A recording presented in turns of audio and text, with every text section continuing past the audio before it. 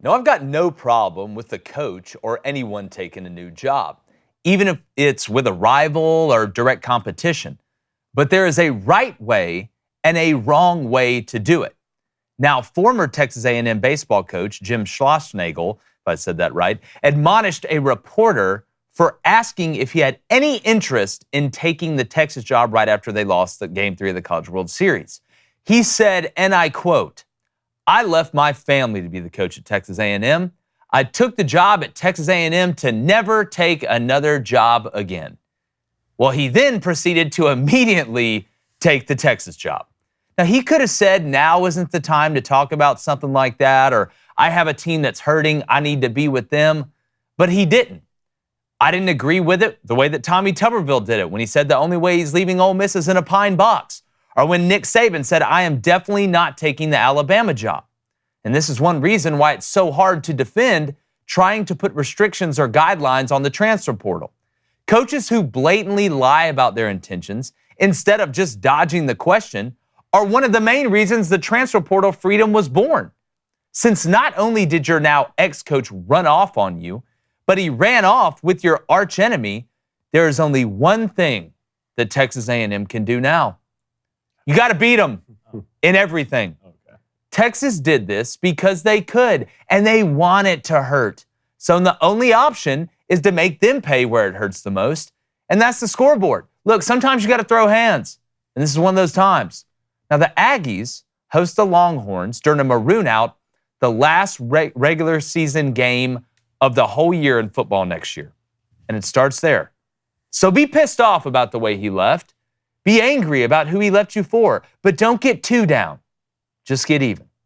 David Cohn, former Michigan quarterback, unbelievably loyal, would never do something like that. My brother, former Western State Colorado wide receiver Blaine Crain, I don't think he'd do something like that. Unbelievably loyal. Unbelievably loyal. Do something like that. I don't know. I always get the short end of the stick. No, you don't. No, you don't. David. Must be nice, David, we've seen this happen before, right? And again, took another job. Happens, right? Believe in capitalism, man. It's America. And we're going to bring on the reporter who asked him that question. I can't wait. He called him selfish. I mean, we got the clip. I'll play it for you in a second. But just the way this went down, the timing of this going down, and now all of Texas A&M's players have basically hit the all of them. Pretty much all of them. It's insane. All of them have, and this is another reason, we were talking about this before the show, why it's very difficult to put restraints on the transfer portal. I mean, I lived through this when I was in college. Granted, at that time, you could still transfer, but if you went to another Division I school, you had to sit out a year. If you went in conference, you had to sit out 2 seasons. Yeah. And I was looking around, especially when Rich Rodriguez came in to be the head coach, running a completely different offense than was suited for me, thinking, man, is what's best for my future to transfer? Is it best to stay here? This is the reason why it's difficult to tell kids, no, you can't leave at a moment's notice and go anywhere, because a coach can do that to you. But man, did the pressure just get ramped up for November 30th. Oh, did. I mean, Texas made the college football playoff last year, right? You got Steve Sarkisian, who's built that infrastructure, coming into the SEC, which Texas A&M did not want Texas in the SEC. And now your head baseball coach, I know you can say, oh, well, that's in November. We're 5 months away from that.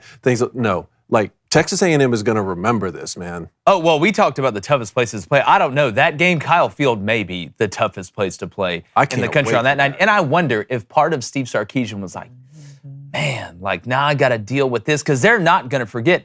But, Blaine, it's one thing if you're going to cheat on me and run off with somebody else. It's another thing if you're going to cheat on me and run off with my archenemy.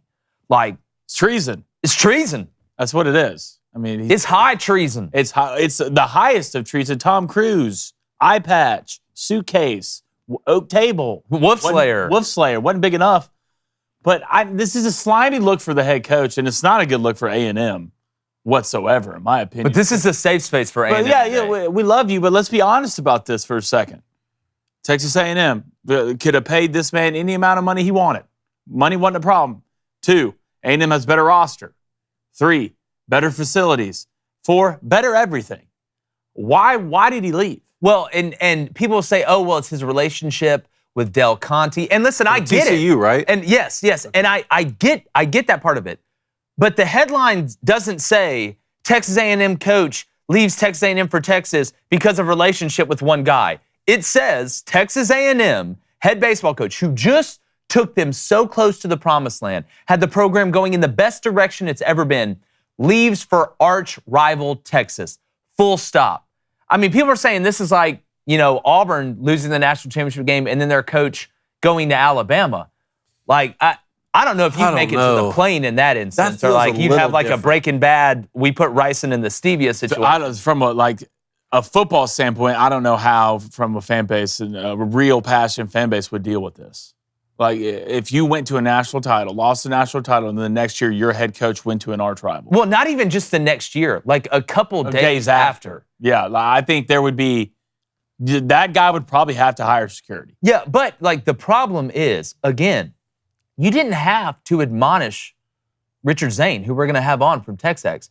Dude, you could have handled this, and you're an older guy. It's not like we're going to have a clip of J.J. Redick taking the Lakers job. He's a younger guy. Schlossnagle's been around, man. Like, he's 53. He's 53 years old. He's done this. Like, the fact that you didn't have enough PR training or weren't aware enough, because don't tell me you didn't know. Like, I don't think he just made his mind up right after this press conference, hey, I'm leaving. There probably were some talks.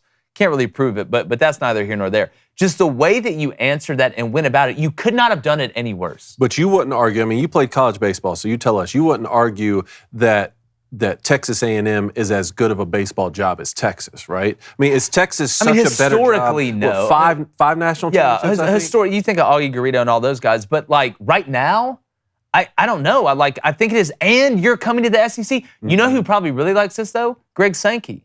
This just does nothing. Like, if you're outside of the Texas A&M rivalry, like, it's a bad look. It's a slimy look. It's a grimy look.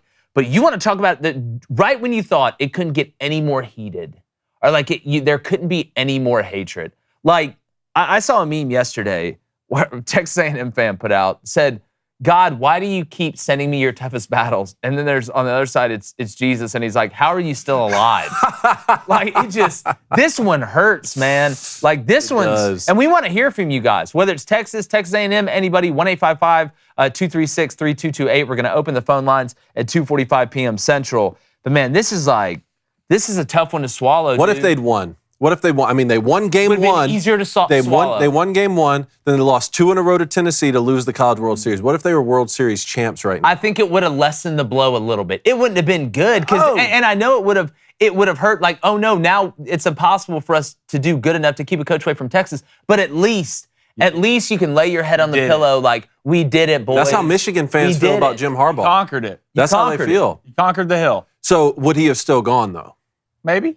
I mean, if you're a national champion at that point. I don't know. Why do you, if it's over a relationship and he just went, why wouldn't he still just go? Is he for sure getting more money? Do we know that yet? I'm going to ask Richard Zane about that when we get him on, because he's going to know more about the details and kind of where they go from here, because we mentioned, I mean, they are losing players left and right. Jeff Kent's son hopped in the portal. No, their leadoff hitter, the third baseman, the freshman, hopped in the portal. I mean, Schott hopped in the portal. Everybody, it seems like, is hopping in the portal. Let's play this clip. This is him right after losing the Game 3 of the College World Series final. Let's play this clip of our guest coming up, Richard Zane, asking him this question. Let's play it. Coach, with respect to the difficult outcome tonight, but with the rumors circulating today about a specific job opening, what do you have to say about your future in Aggie land? Yeah, I mean, I think it's pretty selfish of you to ask me that question, to be honest with you. But I left my family to be the coach at Texas A&M. I took the job at Texas A&M to never take another job again, and that hasn't changed in my mind. And that's unfair to talk about something like that. That'd be like you asking Montgomery if he's going to sign in the draft. But I understand you got to ask the question, but I gave up a big part of my life to come take this job, and I've poured every ounce of my soul in this job, and I've given this job every single ounce I can possibly give it. So write that.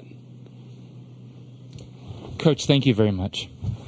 Wow, and walked out. Dude, like, how that's can you respond like that bad if look. you already knew? Listen, I don't know him personally, but dude, that is a slime. That's Harvey Dent type stuff. But at least Harvey Dent, the Joker kidnapped his girl. Like, at least like this, is that worse? Is that the worst one? Like, remember, Tommy Tuberville said the only way I'm leaving Ole Miss is in a pine box, which is a coffin. All right, if you're not from the South. Then he goes to Auburn. Nick Saban says, I'm not leaving, I'm not taking the Alabama job. Stop But asking did me he about say it. that at Miami? He said that when he was with the Dolphins. Okay. That, man, not only did you make it seem like there's no chance you're leaving, you used one of your players as an example and then tried to embarrass the report. You could not have handled that any worse. And if he did know that he was already gone, I want to rescind what I said earlier to what G-Bob said. If he did know that he was gone and he still said that, that's a different flavor of slime ball. Like, how do man. you say that statement if you've already accepted the job or if you already knew? If you got a bag thrown at you by Texas and they flew in the next morning, Yeah, and Matthew they're like, you have 2 McConaughey's, hours to make your decision. hanging and you're like, outside. You call the reporter selfish. Yeah, I can't wait to get Richard on. Yeah, dude, the first person I thought of was Billy Lucci. Yeah. He's like, we love Billy. Billy all right right now? Yeah, I'm sure Billy's going to be fine. Hey, A&M fans, y'all need to stand tall on this. That's what I'm saying. Listen, y'all need to don't stand get tall. too down. Get even. And look, to be honest with you, I got no problem with Texas doing this. I'm not saying No. all I is respect fair it. in love and war. That I actually I actually think y'all may be all right even more than I thought y'all were going to be. Y'all know, and y'all do it literally right after they lose. Look, every big program has their own version of the CIA. Yeah. All right, and they'll get in there, and they have to. They'll get what they need. We're Auburn CIA. You want to talk about like turning up? Bama's got the best CIA out there. Oh, yeah. Ours had to turn up. They poisoned plants and stuff. Our guys are on. They're walking around Toomer's Corner right now, just looking at people, asking questions. How much can this spill into football season? It's already God. It already has. How much can you really use it, though? You got to How much beat can them. you use it to win? You got to beat them. You don't use it for the football team, but it'll help with the fan base. If Just I'm the like, overall vibe at the Yeah. program? Yeah. and A&M, we know how tight A&M Oh, is. yeah. Like, this one is, we're going to war, Balake. And I think like Texas A&M football is kind of already flying under the radar. New coach, Mike Jimbo Elko got fired. likes this. Don't think Mike Elko Quarterback knows. got hurt. Like, man, they might be. Good. Hit the sled again. This guy we're bringing on next, he generated some headlines just by asking a good question, a legitimately good question in the moment. Richard Zane from Texags, how shocked were you by that answer? I know when you ask a question like that, there is a thought in the back of your head, hey, he's emotional right now. Obviously, your team just lost game 3. Did you expect kind of vitriol, if you really look in his face, that response? Before we get into anything else, how shocked were you by his response? To be completely honest with you, I don't know if I took anything away from it other than he's an emotional head coach that just suffered one of the worst losses, maybe the most gut-wrenching loss of his entire coaching career. You know, Coach Schlossnagle's a guy who has been to Omaha now 7 times as a head coach, 8 if you include a stop as an assistant at Tulane. And this was the first time he'd ever been to the College World Series final.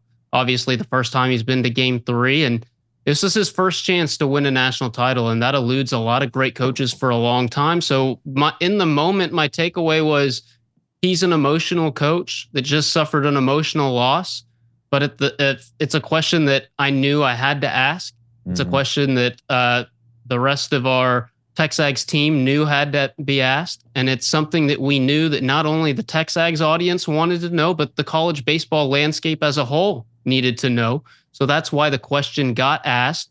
And his response, whatever it was, I can't speak to vitriol or anything like that. But all I would say is my takeaway in the moment was at least that he's an emotional guy and he got asked a question that he didn't want to hear. And that was his response. Did you think after you got that answer, because he walked out, he's done after that, I believe, did you think there was any chance in hell that within a 2-day span, he would end up taking the Texas job after you got that response? Yes, I did think that Really? There was a chance. It wasn't as emphatic of a denial as a lot of people would have liked, right? Because that question was meant to be one of 2 things. It's either a softball question to a coach who's emphatically going to let everybody know that he's staying in Aggie land, or it's something that he can sidestep and leave the door open. He didn't slam the door shut, but he certainly didn't leave it wide open for his exit either. There was just a little bit of an opening, and he ultimately ended up taking it less than 24 hours later.